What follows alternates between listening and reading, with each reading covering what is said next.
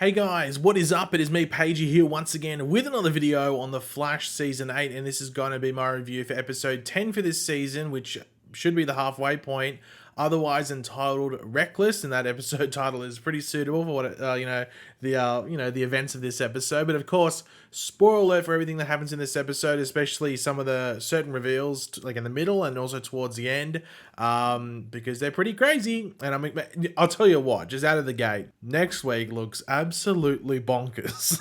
I think we have an episode next week. Hopefully there's no break, but next week looks a bit crazy. But anyway, let me know in the comment section down below if you watch the episode, your various thoughts on the episode, as well as any theories, predictions, anything like that. I'm always curious to read what you guys are thinking. And of course, if you're going to enjoy the video, you enjoy the episode, and just want to show your support, why not drop a like on it? So last episode we have, the Black Flame Killer was still, killing, and they set their eyes on Chester, and we learn, at least in that episode, that this Black Flame is feeding off people's grief. That's the theory by Team Flash. That's sort of being proven by what's been happening with the victims and the current state with Chester as well. And we also have Iris struggling with time sickness and letting Dion know, and he comes back to her with bad news, but we are left on a cliffhanger, unfortunately. Now, this episode as a whole, I think the best way to describe it is mid. I thought it was very mid. I think it was probably... I just felt like it was like... Actually, you know what it was? The episodes of The Flash, when you take away ads and stuff like that, so they're obviously an hour long when they air on TV, but when you take away ads and you might watch it on the DVD or whatever it is, or even if you watch it on like a streaming service in another country, they're about 42 to 44 minutes, This episode felt like it was like 30 episodes worth of stuff stretched out to 42 or 44 minutes. I think all the previous episodes were pretty much like paced pretty well. It felt like they were really stretching out things in this episode in regards to what it actually contained. And you know what? I think it's because of what's happening next week, because next week, at least based off the little promo they released, looks like it's going to be fairly exciting. So maybe they were just saving stuff. But that's what this episode felt like. Now, is it a terrible episode? No, it just felt very mid. Like, that's just really the best way to put it. But obviously, there's still some cool stuff to talk about. And obviously, at the end, we need to have a chat about what happened there, and also some stuff in the middle as well. So let's talk about it. So we do start in Coast City, pretty much picking up right from the end of last episode, that cliffhanger with Dion and Iris. In the hotel with them, where Dion reveals that time is pretty much fracturing around Iris, and this is due to Dion reversing Iris's time sickness treatment in the reverse Flashpoint timeline during the Armageddon event. Now, there is some confusion whether this would carry over, but I think just because it's based around times and timelines, technically it would. I think it still makes sense around this. And also, you got to remember that Barry went back and changed certain things, but he didn't change everything. He had the time stone just to change certain events. So stuff could still be a bit wacky in the timeline that he can't pick up himself, or that isn't just directly affecting him. So I think due to that, it still makes sense that this could happen. Now, the temporary solution, pretty much from Dion, is just keeping Iris confined to Coast City, but maybe specifically the hotel. But we know that's pretty much not going to happen. But this is just to prevent any more issues going on. Now, Dion does give her like a quick and painful treatment. And I was wondering if like Iris would have seen anything during that whole process or anything like that. But Iris is still feeling a bit out of whack. And based off what happens at the end of this episode, I don't really know if that treatment helped, at all. Now, we do see Frost painting up a storm, I guess you could say, to some jams, where she starts to like sweat, which she really shouldn't be a thing for her, unless maybe she was melting, I don't know. And that is when the black flame emerges from her masterpiece of a painting, which looks like she just dipped a canvas with glue into a dumpster. I don't know, that's what it looked like. But anyway, it attacks her but doesn't kill her, just gives like a little bit of a burn on the arm. Almost like, I think like a cold burn, almost like a frost burn or frostbite, or what do you want to call it. Now, we do have Barry, Joe, Cecile, Chester, and Allegra. God, that was a mouthful. They're piecing bits together around this Black Flame case, and the grief thing actually is another lost lead, as the victim from the beginning of last episode of the yoga studio thing had completed grief counseling, so it really shouldn't be a thing for them, and also it wouldn't be a thing about mourning either, because Chester's dad died, ages ago. So the Black Flame shouldn't have sensed them as a target, but then of course it attacked Frost, and she isn't grieving. She was more like grooving. Is that a good one? I don't know. Feel free to slap me if you think that was terrible. I don't know. So it really makes you wonder about the certain motives, because there really seems to be nothing, unless it's all meant to be just building up to potentially meeting one individual, which could be the case off the end of this episode, or maybe we'll learn next episode what was really happening. Now, Frost does tell Barry about her encounter, with Barry thinking that, the whole situation around like why Frost was targeted by the Black Flame could be the new lead, but Frost looks at her wound and gives a smirk, but why? Now, at first, I was thinking, oh, is it because she's got the memories of Ronnie as well, and that's what she was thinking? But the smirk was more just like, I guess, because of the plan that happens in this episode. I thought it was a weird smirk, but I guess Frost wanted to be the hero. But Frost goes to see Caitlin's mother, who is technically her mother as well. It's always weird when you think about it that way. Carla Tannhauser, who we haven't seen for a while, and she doesn't go to her for like a solution as to how to avoid the Black Flame or anything like that, which you think would be the case. But it's actually sort of almost the opposite, to sort of conjure up a way to lure it towards her in order to potentially capture the Black Flame. Now, Carla believes that the Black Flame is hunting Frost as like a source of fuel due to her powers. So that's why she would be like the perfect, bait to lure the flame in to potentially capture it. Which Chester thinks the fusion sphere from, oh god, it was only last season. I was going to say season 6, but it was the beginning of last season. That would be able to assist with it and, draw in the power like we had last season with the artificial speed force and everything like that. However, Barry doesn't really want to put Frost in danger, put her out as bait, and Frost is able to convince Barry to be on board, at the minimal level at least, by using Iris as an example. Pretty much stabbing, well, not stabbing, but going right into Barry's heart. And this bit was weird because it was such a quick turnaround. I was like, no, I don't want to do it. And then he was like, okay, I'll do it.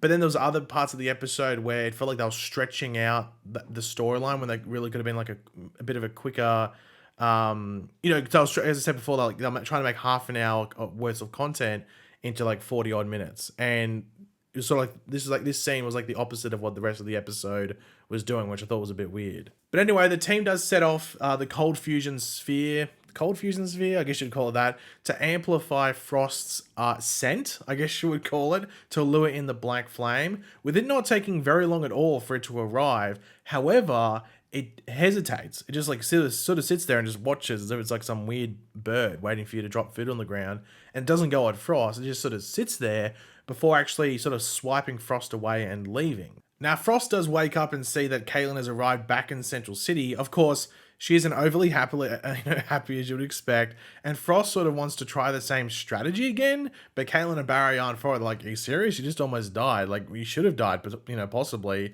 But Carla is for it, just with like an added tweak of sorts. Now, Caitlin, as you'd expect, once again isn't happy about this, tries to talk some sense into Frost with no success, with Caitlin accusing her own mother of treating Frost like an experiment, which isn't completely false. Now, meanwhile, we got all this like sort of frosty, fiery, crazy stuff happening happening in Star Labs in Central City.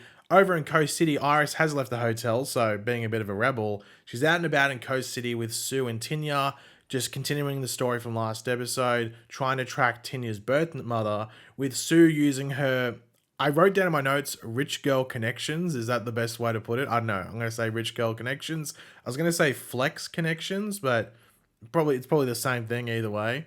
But when Iris and the gang leave, the receptionist goes to get a drink and comes back to the room with it being completely empty. So at the time I was like, wait, why is it? Is it because Iris was just there, or because she touched the desk, or like, but then again, she touched the desk but didn't touch anything else around there. I was sort of confused what that meant, and whether that person in particular had like sort of gone through time because of Iris. But we sort of get an explanation to an extent, I guess, at the end of the episode. But that bit confused me a bit. But I was like, well, it has to do something with Iris, obviously. Now, we do get a classic Joe and Barry chat. Like a classic one where... Actually, I wouldn't say it was a classic one because it wasn't like overly motivating. But it was a solid Joe and Barry chat. You're not going to, criticize it too much. Where Barry is sort of making it out to be fully about what is going on with Frost. But Joe knows that that's not completely what it is, and that Barry is worrying about the exact same thing that he is worrying about, and that, of course, is Iris and what's going on with her, and that she's sort of keeping things a bit hidden. And the same issue with both is, like, do you keep them on this mission that they're on, this path that they're on to do what they want to do, or do you make them pull out for their safety? Because Barry, of course, just does not know what the outcome is if he allows both to continue. Frost could easily die, and Iris could cause some damage or die herself. You don't know what's going to happen with her. Like, Iris's situation is even worse because Barry doesn't even understand it. Dion doesn't even really seem to understand it. And of course, Iris doesn't understand it. So Iris's situation is even worse. And then you have the Frost situation as well, which just sort of is like the cherry on top of the entire situation. So the more you get into this episode, more things start to unravel. You realize, oh yeah, the episode title of Reckless is perfect for more ways than one. But we do cut back to Carla and Frost, where Carla ends up agreeing with Caitlin and sort of her views on Frost, like pretty much jumping or diving headfirst into danger without really thinking. Though Carla still wants to move ahead with the plan, with Carla revealing her meta powers that were teased seasons ago. It's a plural. I think it was teased at the end of season 6. And she reveals them to Caitlin in order to maybe help with confusing the black flame, or, you know, luring it in, then powering up the fusion sphere and everything like that once it enters the perimeter. And I do really love the fact that they brought this back, because I was like, are they just going to ignore it? Because they obviously had a storyline planned. You know, My Corona came into the world and sort of messed up with filming and delayed certain things. So they didn't go the direction they were initially going to go with whatever storyline it was. So I do like that they actually did bring this back, address it. And I think they all did it within the one episode, even though, as I said, it still felt a bit stretched out at the exact same time. But Carla and Frost do strap in for round 2, ding, ding, ding, of the black flame trap. That's what I called it. With it actually working this time around for the most part, and the fusion sphere starts to capture the flame, when all of a sudden this skull face appears from the flames. And I was like, that's looking very like Spooky Island from Scooby-Doo, but also like Death Stormy. I was like, whoa, what's going on here? But Carla starts to struggle, and she almost looks like she's going to die from this process.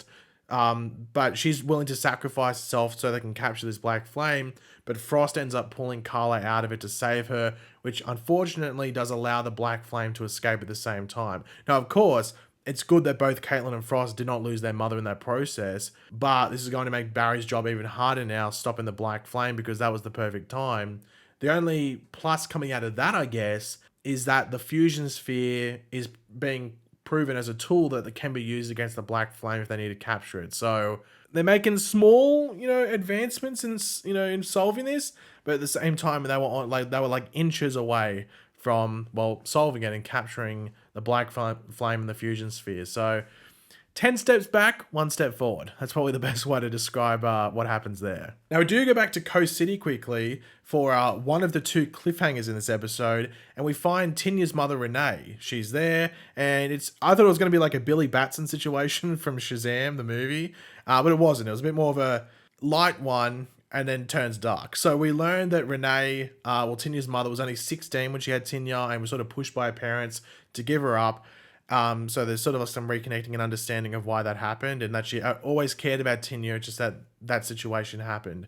But all of a sudden, Iris's time sickness goes rampant, and Renee goes over to check on Iris and touches her, which then has her fade away in a mist of temporal energy. Now, does this mean she's dead? No, it just means she's obviously disappeared to either within the still force itself or just somewhere else in time, and maybe that's a mystery that Iris has to try and solve. Maybe Dion has to go look for her, along with that hairbrush as well. I'm not too sure what's going to happen there, but don't touch Iris, I guess, from now on, especially if she starts to freak out. Because I thought it was going to be a bit more horror based, because at first, I don't know if anyone else thought this, but I thought when she touched Iris, I thought she was going to rapidly age. She was going to go from whatever age she was, mid-30s, I guess the actress, the character was meant to be. All of a sudden she's 50, then she's 70, then she's 90, and then she's turning into dust and a skeleton. I thought that was what it was going to be at first. I was like, don't do that. That's too creepy. But at the same time, do it, because it needs to be creepy, and I would like it at the same time as well. Bit of a mixed emotions there, but she just fades away into a mist of temporal energy, which I'd assume means she's not dead, but it just matters, or the big question that comes from that is, well, where is she? Is it still force, or is it just somewhere else through time? But the other end scene is one I was expecting, but I wasn't too sure exactly how it was going to go. So we have Caitlin in her apartment, and she's all of a sudden encountered by the black flame, where it's the skull again looking like Deathstorm, where she hears Ronnie's voice and something that he said in the past, which was back in season 1. But the black flame doesn't attack her at all, because it's, I guess, meant to be Ronnie. And it just sort of wants to speak to her. As I said, it's looking like comics Deathstorm for the most part. And I am very curious to see what's meant to happen and whether Team Flash believes Caitlyn, because they're obviously going to probably think that no, the black flame's just trying to lure you in. She's just, it's just trying to lure you in so it can eat you or whatever it might be. That's potentially what it did to all these other people, lure them in, like we saw with Chester in the previous episode. So I'm very curious to see how Caitlyn can possibly make Team Flash believe her, as well as what maybe Caitlyn goes out and does on her own to connect the dots a bit more, like she almost did in season 1 when Ronnie was sort of like this, like almost like drifter homeless dude that would light on fire. Remember that whole situation in season 1? So they could do a bit of a parallel with this storyline as well. It's just at this time, potentially Ronnie is just a floating black flame who can kill you pretty quickly. But then again, in season 1, he could have killed you really quickly as well. That's a wait and find out. But yeah, overall, as I said, this episode was just very mid. It was just, as I said, I felt like it was stretching out a lot of parts, and it could have done a bit better in certain areas, but I think it did well enough to get you excited for what's coming next, and it set that up pretty well also. So I can't mark it too great, and I can't mark it too badly either, just because of that. There's definitely been worse episodes of The Flash, and I think it did a decent job leading into the next one, hopefully. But even then, for the most part, I guess you wouldn't know until you see that next episode. But that's what we got to wait and see, I guess, But thanks for watching, guys. Hopefully you enjoyed the video. If you did, it'd be awesome if you could drop a like on it to show support. Let me know in the comment section down below your various opinions about this episode, any theories and predictions moving forward. Always curious to read what you guys are thinking. And of course, if you are new to the channel, make sure to subscribe, and I will catch you guys later. Goodbye.